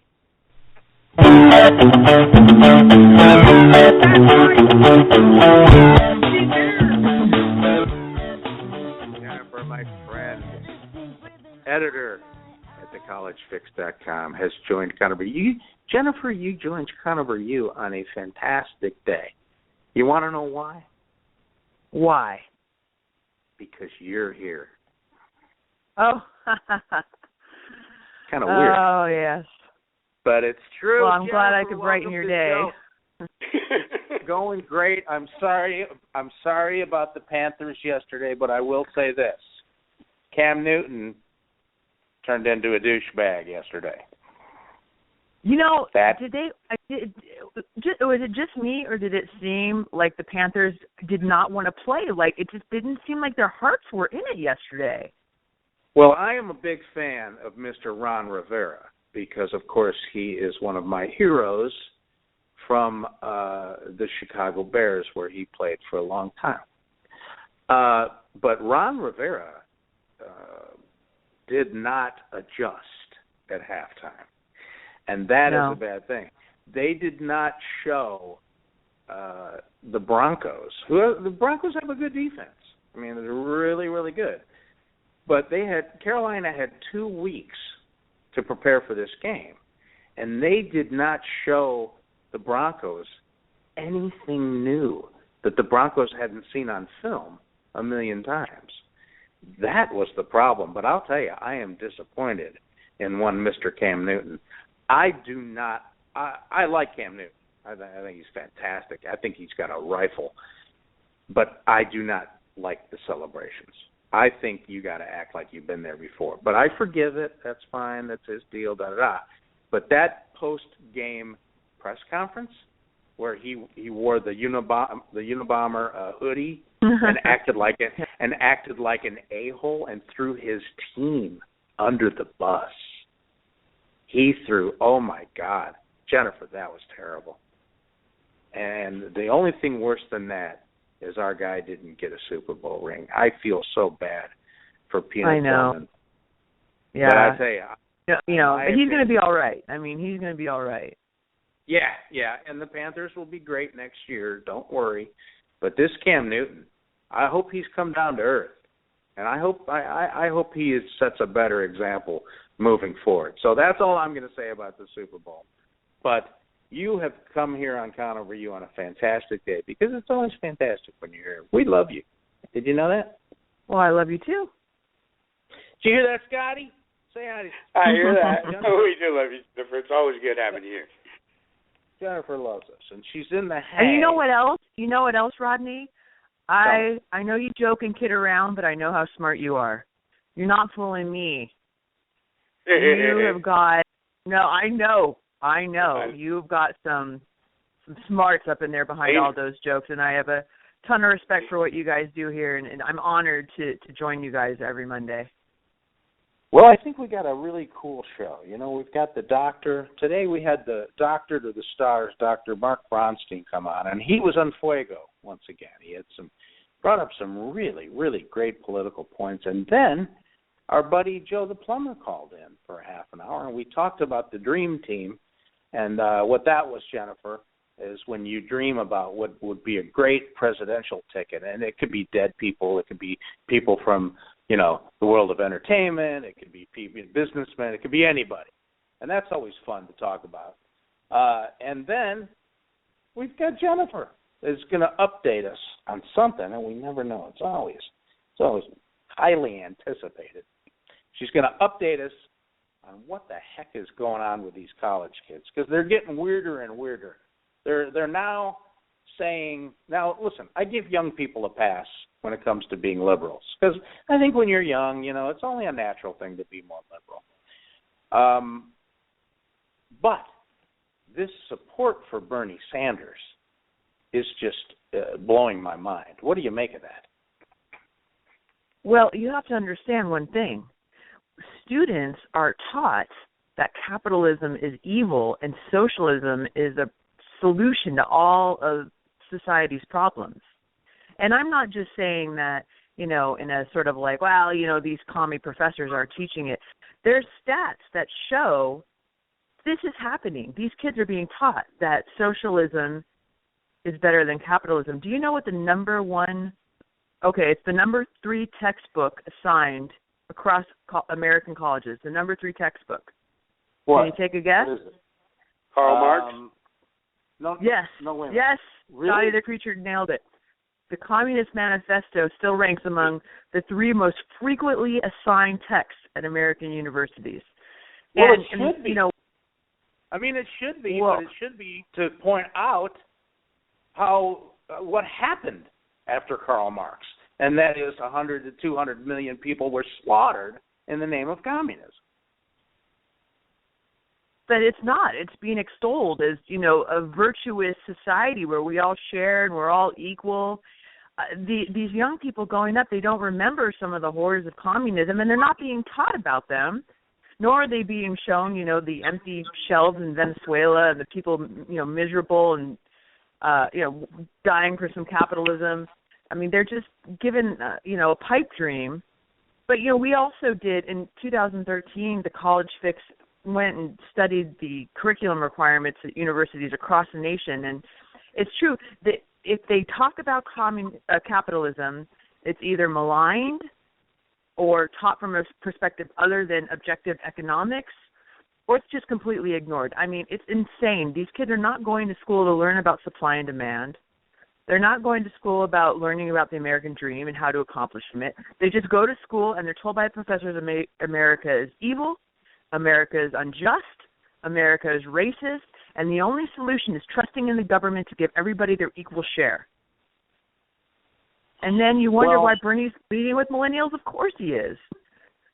Because, you know, millennials are raised, they're selfish, they're narcissistic. Their parents, not all, but many, raise their kids to, like, think, oh, you're the center of the world, Johnny. Let me take 1,000 pictures of you and post them on Facebook every single day and tell you how wonderful you are. And if you suck at baseball, it's the coach's fault, and you did the best you could.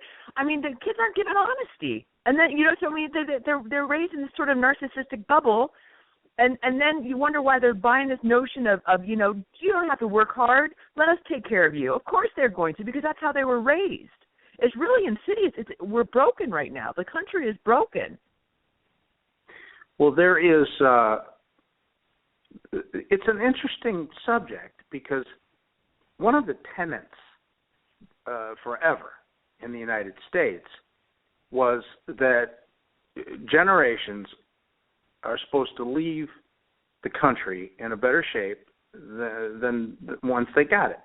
And parents were always saying that one of the main things they're sacrificing for and working so hard is so their children can do better than they did.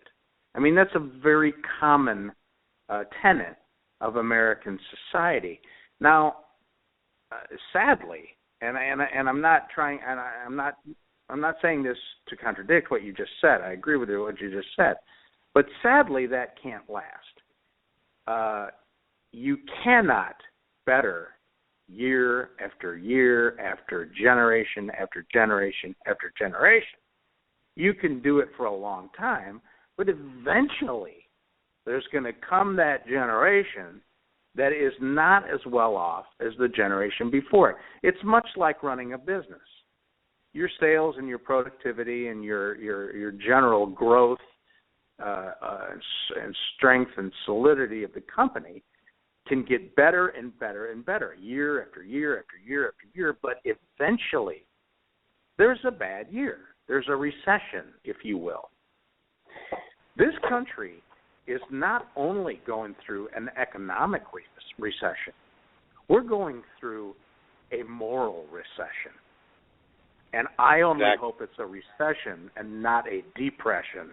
And what you're talking about, Jennifer, is we now have a generation of kids who are, and I'm not blaming the kids. I mean, the kids I never blame because they're not stupid. Yeah, it pisses me off, especially when Republicans say this. It pisses me off when these kids are just stupid. No, they're not. These kids are smarter than I ever was. I mean, these kids are so much smarter than my generation. They're not stupid. They're just impressionable. That's never going to change. Of course you're impressionable when you're young because you don't have life experience. The way you get experience is through people who leave impressions on you. You learn to be a good parent from a good parent. You learn to be a smart businessman from a smart businessman. That's how you get impressed. That's right. And kids are being oppressed, according to you, and you're the expert on all things American campus. Kids are being impressed upon that socialism is the solvent to society's ills. Now, what kills me is you also have the Internet. You have at your fingertips the ability to read about history. And you can see where every place socialism has been tried, it's been failed. And sometimes, as in the case of the three most successful socialists of the 20th century, Chairman Mao, Adolf Hitler, and Joseph Stalin, are the three most successful socialists. Sadly, that resulted in a couple 100 million people getting killed. Because when you run out of other people's money, as Margaret Thatcher says, that's when you got to turn a gun on them, or you got to turn to capitalism.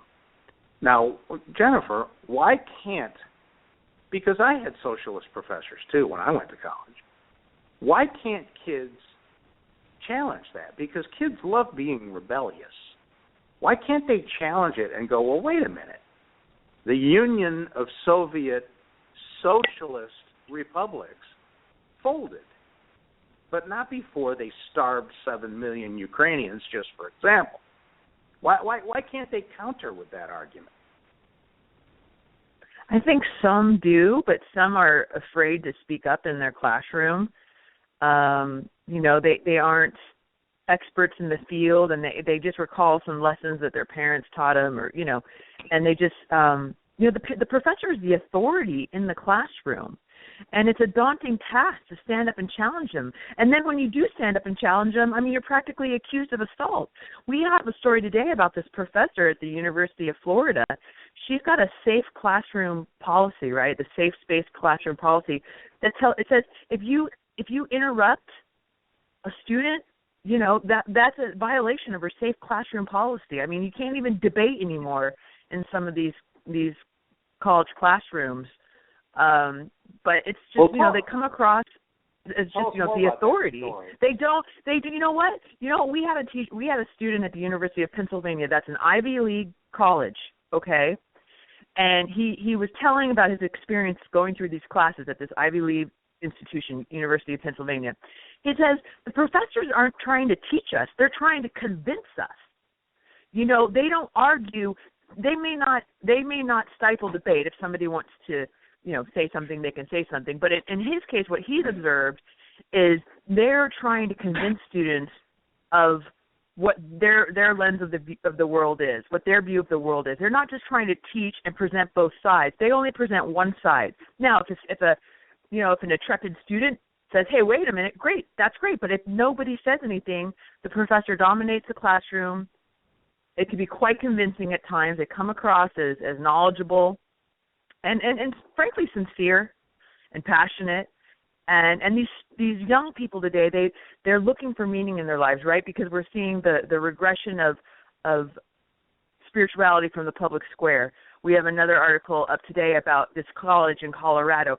Rather than allowing one donor to put one biblical reference on this nameplate, they're taking all the nameplates off, rather than allow one donor to have one Bible verse. So we're seeing the public square being washed of biblical scripture, washed of any mention of Christianity in many ways.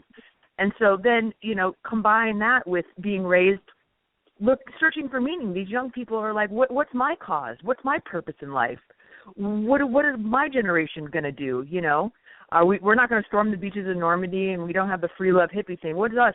So we're fighting the man. We're fighting evil capitalism. We're taking on Wall Street. We're occupying Wall Street. This is their cause, right, is to equalize.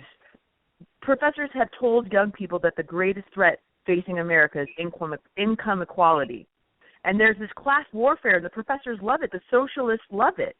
Because this jealousy and this greed, they're turning that into this desire for the young people to say, hey, that's not fair. So that's why part of them don't fight. They're being convinced by the professors. They're being intimidated into silence. Young people are afraid to speak up. Combine that with the fact that God is no longer in the public square to a certain extent, especially on secular areas, and they're looking for meaning in their lives. They're looking for their reason to fight. Everybody has that innate desire to want to, take a stand for something. Well, they're taking a stand for equality, and that's how they view equality, is by taking from the rich and giving to the poor, rather than understanding, the capitalism is all about, spreading the wealth through. Some people are going to be at the top, but there's going to be a lot of people at the middle, and it's going to trickle down, and we're all going to get wealthy together. Some maybe more than others, but that's okay. So, in a roundabout way, I hope you answered your question, but essentially they want to fight, they want to have a reason. As we lose God, what's filling that vacuum? This notion of equality, the secular notion of equality. We were talking earlier about the fact that I think Scotty said 87%. I said it was 80 or 85. He said it's 87%. People in the United States profess a belief in Jesus Christ. Now, obviously, there are degrees of that belief, and I don't want to get into it. I'm just saying that's an overwhelming amount. You can't get 87% of Americans to agree that water is wet, and the fact that 87% of people in the United States profess a belief in Christianity, and yet you can't express that in America without being accused of a hate crime almost. I mean, it is really unbelievable, the dominance that progressives, and I find that word hysterical, progressive, because they're so regressive. But it's unbelievable how they've been able to define Christians in the media and in academia. I mean, it's almost like, how did it happen? But, there's just so many of us. I really do believe in the fact that we have truth on our side.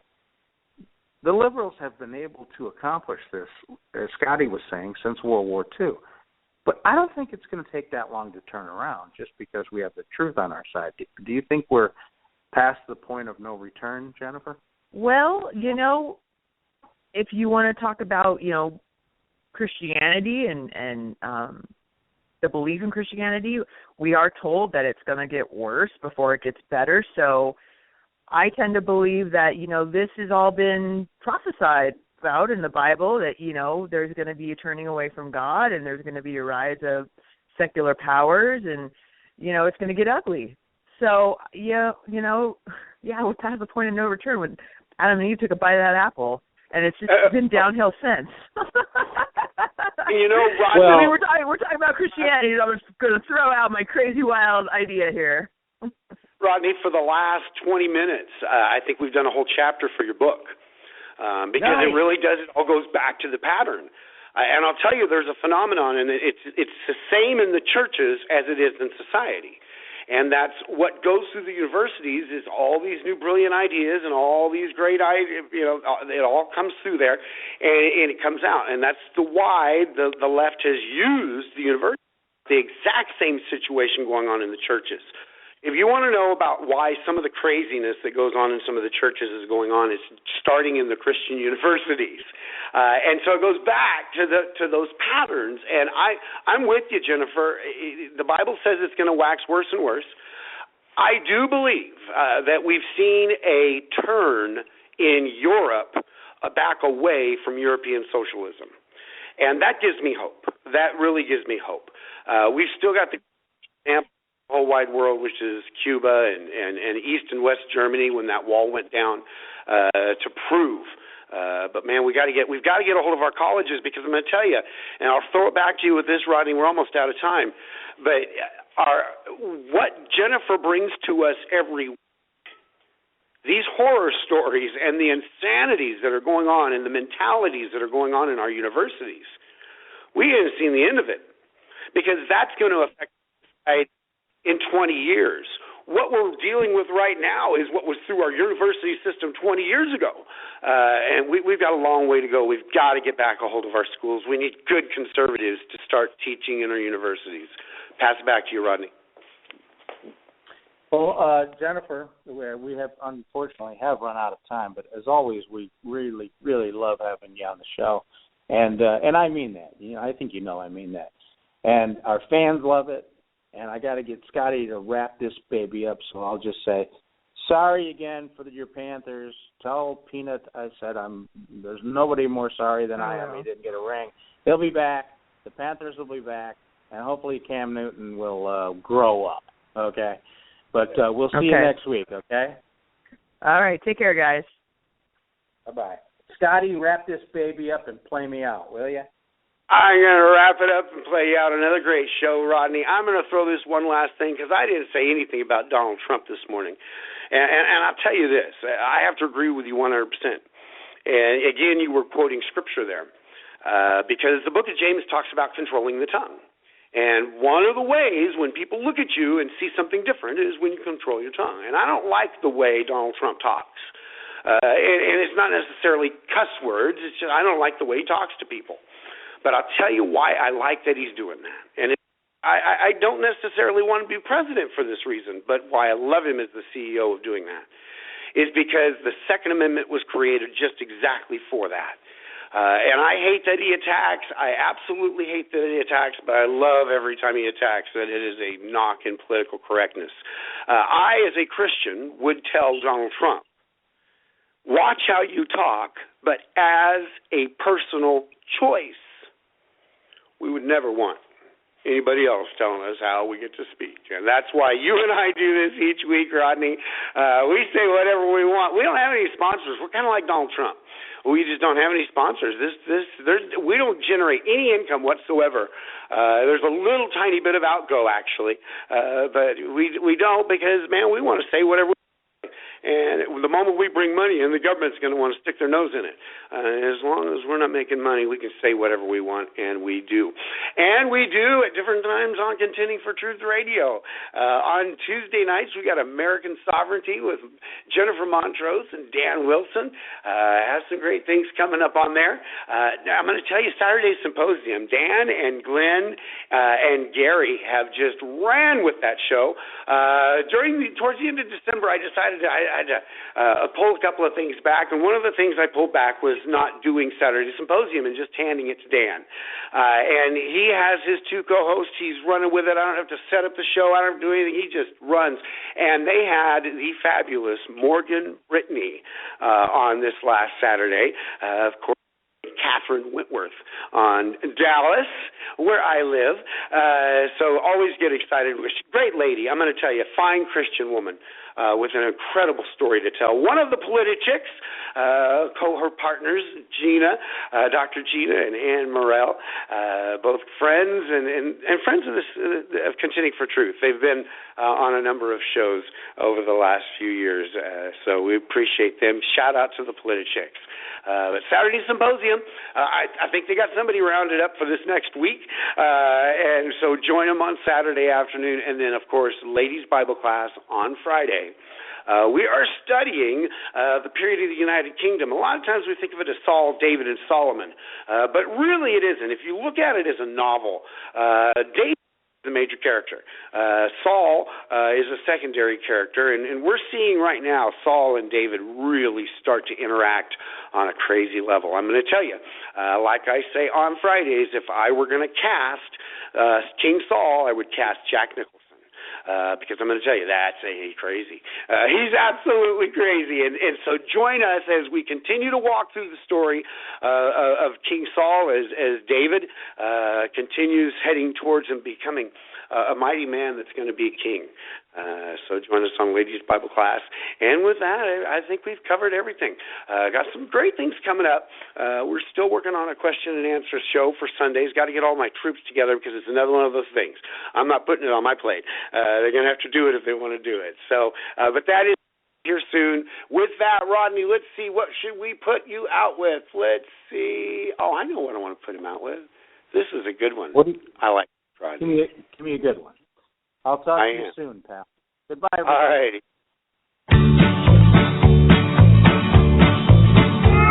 The stars at night are big and bright. Deep in the heart of Texas, the prairie